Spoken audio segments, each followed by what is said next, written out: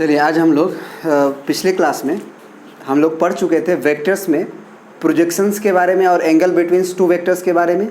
अब हम जो एनसीईआरटी का जो एक्सरसाइज 10.3 है उसका क्वेश्चन बनाने से पहले एग्जाम्पल्स के क्वेश्चन करेंगे।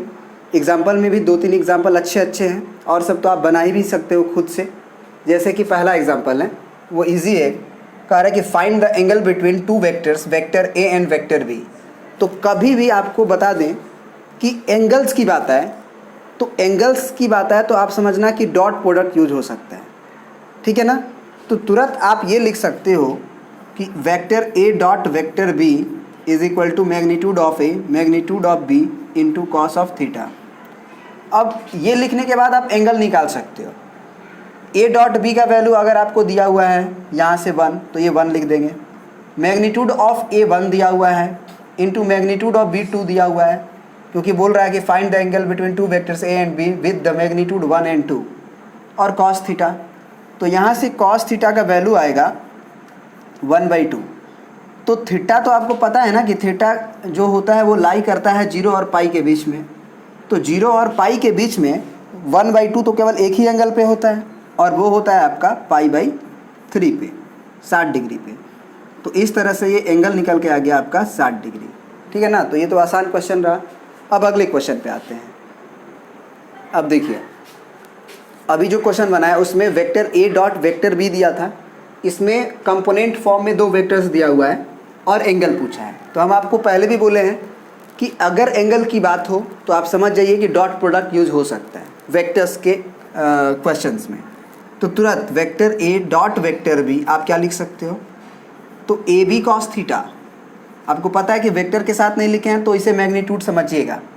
तो ए डॉट बी कैसे निकलेगा अगर कंपोनेंट फॉर्म में दिया हो तो आपको बताए थे कि अगर vector A dot vector B निकालना है और कंपोनेंट फॉर्म दिया हुआ है तो बस आई का आई के साथ मल्टीप्लाई होता है, क्योंकि जब हम डॉट करते हैं दोनों का तो आई का डॉट जे और के के साथ 0 हो जाता है, जे का डॉट आई और के साथ 0 हो जाता है, के का डॉट आई और जे के साथ 0 हो जाता है। तो बस कोफिशिएंट्स का मल्टीप्लाई ही बचता है। तो ए डॉट बी अगर कंपोनेंट फॉर्म में दिया हो तो इसका कोफिशिएंट 1 और इसका कोफिशिएंट 1 तो ये हो जाएगा 1। फिर जे का कोफिशिएंट 1 और वहाँ जे का कोफिशिएंट -1 तो गुना होके -1 आएगा। फिर के का कोफिशिएंट -1 और वहाँ पे +1 तो दोनों का गुना होके -1 आएगा। तो ये हो गया आपका ए डॉट बी, ठीक है। मैग्नीट्यूड ऑफ ए आप निकाल सकते हो यदि वेक्टर ए दिया हुआ है तो वो कैसे, तो अंडर रूट ए का मैग्नीट्यूड अगर निकालना हो तो under root I square J square और के स्क्वायर के कोफिशिएंट उनके स्क्वायर, तो 1 स्क्वायर प्लस फिर 1 स्क्वायर फिर प्लस 1 स्क्वायर। माइनस भी लिख सकते हो लेकिन आफ्टर स्क्वायरिंग तो वो पॉजिटिव ही होने वाला है, तो साइन को कंसिडर नहीं भी करो तो चलेगा। फिर यहाँ बी का मैग्नीट्यूड होता है, एक्चुअली आपको बताया गया है। तो बी का मैग्नीट्यूड के लिए अंडर रूट यहाँ 1 का स्क्वायर फिर -1 का स्क्वायर फिर +1 का स्क्वायर और इनटू कॉस थीटा, है ना। तो यहाँ से ये 1 और ये 1 कट जाएगा, ये -1 आएगा इज इक्वल टू ये हो जाएगा अंडर रूट 1 1 2 और 1 3 फिर इनटू यहाँ भी 1 1 2 और 1 3 रूट अंडर 3 और कॉस ऑफ थीटा। तो यहाँ से हम कह सकते हैं कि कॉस ऑफ थीटा का वैल्यू वो आएगा -1/3। अब क्वेश्चन यहाँ पे है कि थीटा आप कैसे लिखें। तो अगर कुछ लोग अगर ऐसे लिख रहे हैं theta is equal to cos inverse -1/3, कोई दिक्कत नहीं है, आप ये लिख सकते हो, कोई दिक्कत नहीं है, आप इन्वर्ट कर सकते हो। लेकिन अगर इसको अंदर से बाहर निकालना चाहते हो तो आप एक मतलब ये थीटा लिखोगे पाई माइनस करके, क्योंकि कॉस इनवर्स में एंगल कैसे बाहर आता है पाई माइनस कॉस इनवर्स 1/3 करके।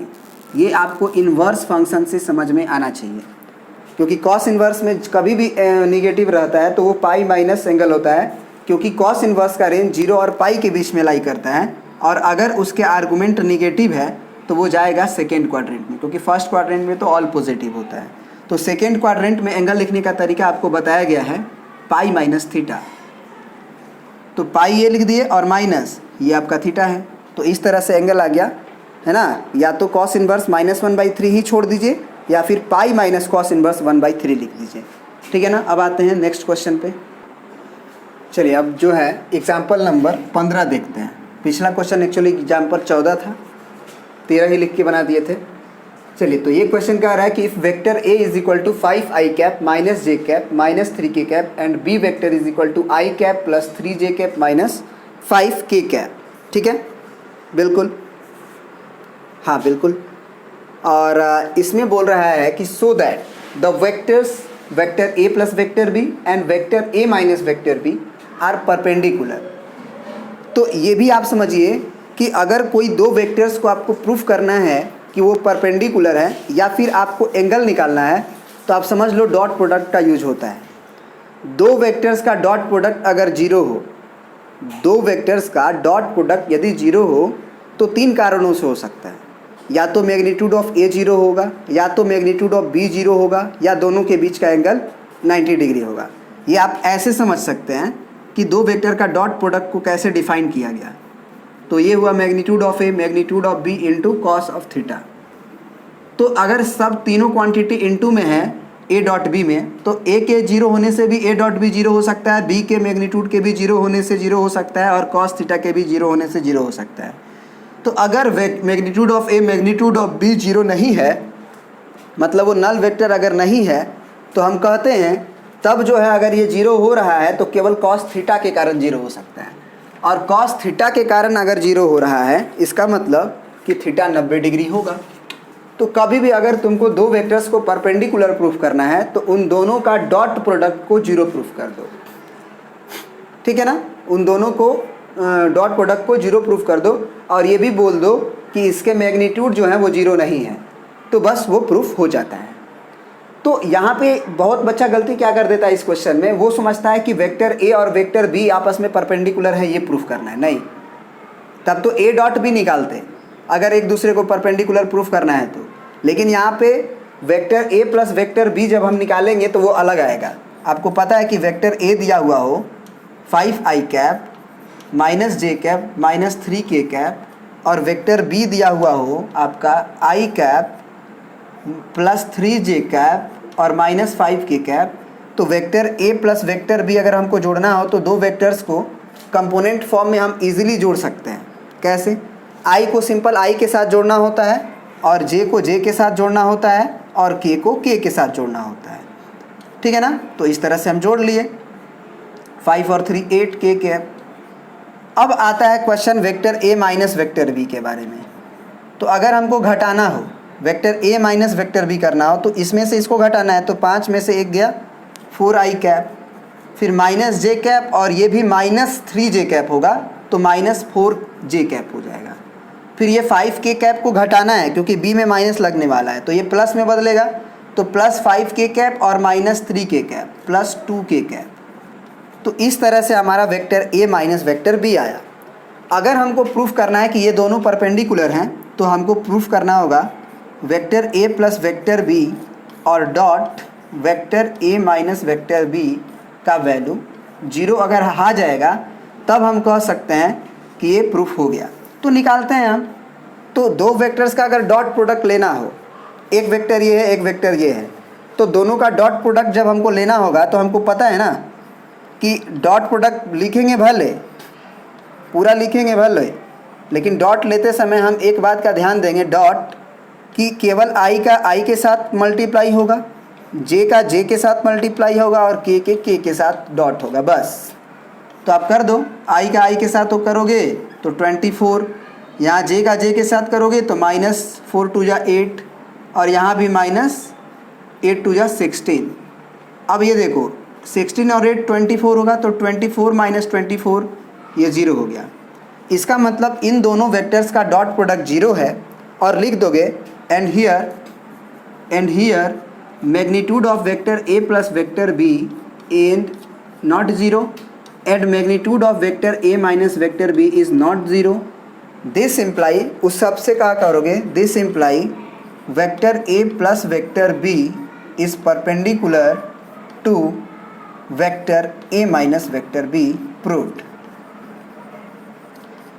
क्योंकि दो वेक्टर्स परपेंडिकुलर तभी हो सकते हैं यदि उनके मैग्नीट्यूड्स 0 नहीं हो और डॉट प्रोडक्ट्स 0 आ जाए, तभी एक दूसरे के परपेंडिकुलर होंगे। क्योंकि कॉस थीटा 0 होता है, कॉस थीटा 0 होता है, जब थीटा का वैल्यू 90 डिग्री होता है। तो ये 15 बी क्वेश्चन आपका बन गया। अब आते हैं 16 नंबर क्वेश्चन पे। चलिए अब क्वेश्चन नंबर 16 पे आते हैं। इसमें बोल रहा है कि find the projection of the vector A on the vector B.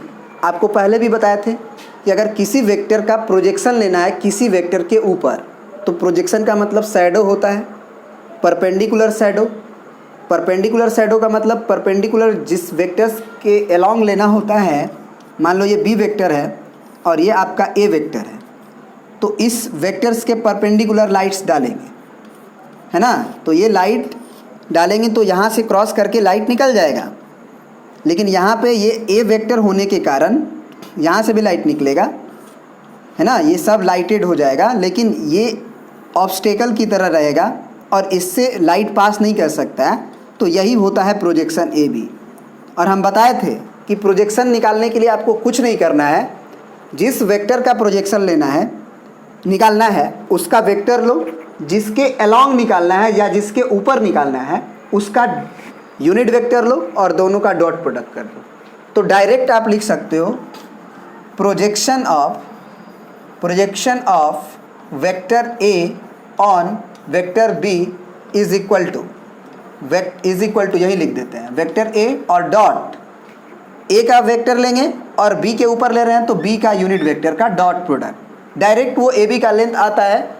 इसके पिछले वीडियो में हम बहुत अच्छे से डिटेल में समझा के प्रूफ करके ये दिखा चुके हैं, तो यहाँ पे अब डायरेक्ट काम किया जाएगा, ठीक है ना। तो अब बी का कैप अब हमको निकालना होगा। तो बी का कैप कैसे निकाला जाता है, आपको बहुत अच्छी तरह से पता होगा कि बी का कैप निकालने के लिए, यूनिट वेक्टर निकालने के लिए बी के वेक्टर में अगर उसी के मैग्नीट्यूड से हम डिवाइड कर दें तो बी का कैप आ जाता है। तो बी वेक्टर का तो वेक्टर यही है आपका I cap plus 2j cap plus k cap, और इसका मैग्नीट्यूड से आप डिवाइड कर दो तो अंडर रूट आई का कोफिशिएंट का स्क्वायर, j का कोफिशिएंट का स्क्वायर और k के कोफिशिएंट का स्क्वायर। तो 2 दूना के 4 और 1 5 और 1 6। तो ये हो जाएगा आई कैप 1/√6 आई कैप प्लस 2j/√6 कैप, है ना, और प्लस 1k कैप/√6। तो ये हो गया आपका बी का कैप, ये हो गया आपका बी का कैप। और ए वेक्टर के साथ डॉट लेना है, ठीक है ना। तो ए वेक्टर डॉट बी कैप अगर निकालना है तो ए वेक्टर तो हो गया आपका 2i cap plus 3j cap plus 2k cap, ठीक है, ये हुआ। और इसका अगर हम डॉट ले लें किसके साथ, बी वेक्टर के साथ, तो ये हो गया i cap plus 2j cap और plus k cap, sorry B cap तो इधर आया था ना, तो यहाँ पे 1/√6i cap plus 2/√6j cap और प्लस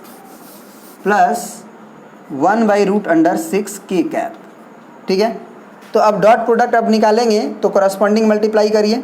तो i का i के साथ केवल डॉट होता है लेते समय, और j का j के साथ और k का k के साथ।